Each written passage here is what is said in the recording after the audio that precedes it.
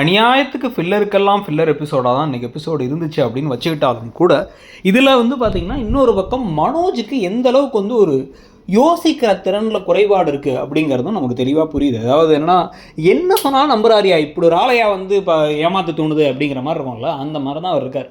So அதுக்கு முன்னாடி வந்து பார்த்திங்கன்னா இப்போ முத்து வந்து குடிக்கிறதுக்கு பெர்மிஷன் கேட்க இவங்க முடியாதுன்னு சொல்ல அவர் ஏதோ வந்து உங்கள் பெர்மிஷன் கொடுத்த மாதிரியே நடித்து ஃபோனை வச்சாலும் செல்வம் கண்டுபிடிச்சிடறாரு. டே அது கண்டிப்பாக தங்கச்சி வந்து குடிக்க பெர்மிஷன் கொடுத்துருக்க மாட்டாங்களே அப்படின்னா, தெரியுதுல்ல விடு பார்த்துப்போம் பிரச்சனையை அப்படின்ட்டு குடிச்சிட்டு கிளம்பி வீட்டுக்கு போகிறார்.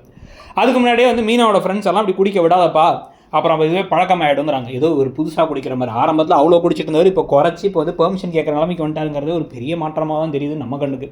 ஸோ அப்போ இதுக்கு நடுவில் வந்து பார்த்தீங்க அப்படின்னா, இப்போ மனோஜ் வலிக்குதா இப்போ பரவாயில்லையா அப்படின்னு ரோஹினிகிட்ட கேட்டால் நம்ம ஒரு பொய்யை சொல்லி இப்படி சிக்கிக்கிட்டமே அவங்க கடுப்போட போக அவங்க ரெஸ்ட் ரூம் போன நேரத்தில் வந்த ஃபோன் காலை இவர் ஒன்று டபக் அப்படின்னு சொல்லிட்டு எடுத்துடுறாரு. எடுத்து பார்த்தா அது வந்து வீட்டு ஓனர் யாருன்னா இவங்க அம்மாவையும் பையனையும் தங்க வச்சுருக்காங்கல்ல, அந்த வீட்டோட ஓனர்.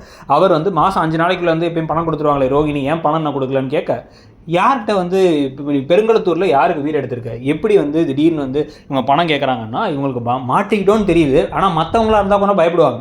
மனோஜ் தானே என்ன சொன்னாலும் நம்புவார்ப்பா அப்படிங்கிற மாதிரி என்ன சொல்லிட்டாங்கன்னா, அது என் ஃப்ரெண்டுக்கு அவளால் வந்து வேலை போயிடுச்சு, அவளால் கட்ட முடியல, நான் 3 மாதமாக கட்டுறேன்னா இதை ஏன் என்கிட்ட சொல்லலைங்கிறார்.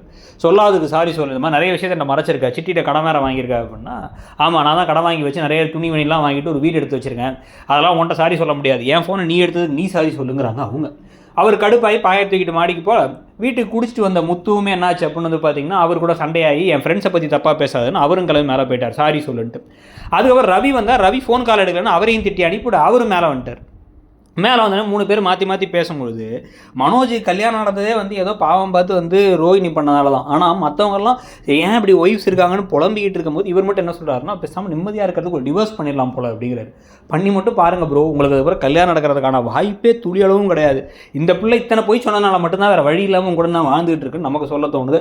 நாளைக்கு எபிசோட்லையும் ஃபில்லராக வச்சு கடைசியில் இந்த 3 பொண்ணுங்க பேசிக்கிட்டு இருந்தாங்கன்னு வச்சு முடிச்சிருவாங்களா, இல்லை ஏதாச்சும் இன்ட்ரெஸ்டிங்காக நடக்குமாங்கிறத பார்க்கலாம். ஓவராலாக இந்த வாரம் ஒன்றும் பெரிய விஷயங்கள்லாம் எதிர்பார்த்த மாதிரி நடக்கல அப்படிங்கிறத பற்றி உங்கள் கருத்து என்னங்கிறத சொல்லுங்கள். கூடவே மிந்த்ரா ஃப்ளிப்கார்ட்டில் ஏகப்பட்ட ஆஃபர்ஸ் போகுது. அதுலேயும் ஃப்ளிப்கார்ட்டில் வந்து பார்த்திங்க அப்படின்னா வந்து ஹோம் அப்ளையன்சஸ்லேருந்து மிந்த்ராவில் வந்து பார்த்திங்கன்னா வந்து ஹெல்த் கேர், ஸ்கின் கேர் ப்ராடக்ட்ஸ்லாம் நிறைய இருக்குது. அதுக்கெலாம் கீழே லிங்க் இருக்குது, பிடிச்சா லைக் பண்ணி வாங்கிக்கோங்க. தேங்க்யூ.